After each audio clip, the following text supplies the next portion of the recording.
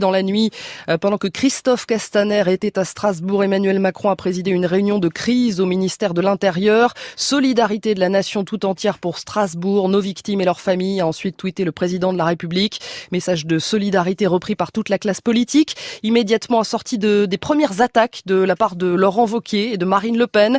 Combien d'attentats commis par des fichiers S devons-nous encore subir avant d'adapter notre loi à la lutte contre le terrorisme, demande le patron de LR, quand Marine Le Pen parle de politique défaillante contre le terrorisme. Il est 8h10 et cette situation sécuritaire va-t-elle changer la donne dans le mouvement des Gilets jaunes, dont certains, je vous le rappelle, demandent de pouvoir manifester à nouveau samedi à Paris. Sur le terrain, les blocages en tout cas sont de moins en moins nombreux et l'heure est aux réponses politiques. À l'Elysée, les banques reçues par Emmanuel Macron hier ont concédé un geste, le gel de leurs frais l'an prochain, le plafonnement des agios à 25 € mensuels pour les personnes les plus fragiles.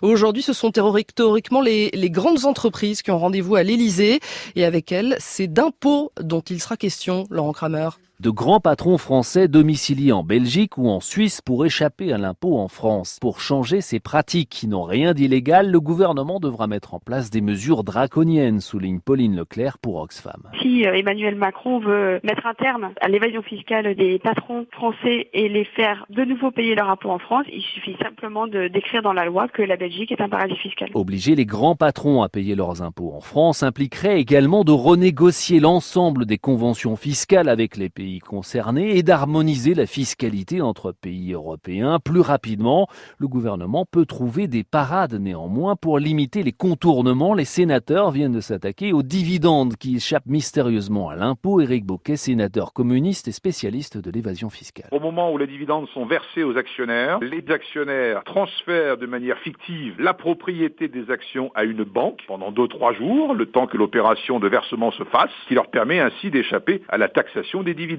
Eh bien voilà, il y a un amendement qui a été voté au Sénat la semaine dernière, dans le cadre du débat budgétaire, à l'unanimité. Reste à charge maintenant au gouvernement de s'emparer de cet amendement pour agir contre cette pratique. Sans possibilité d'interdire les exilés fiscaux à la tête des grandes entreprises françaises, le gouvernement souhaite que les entreprises où l'État est actionnaire montrent l'exemple. Et sans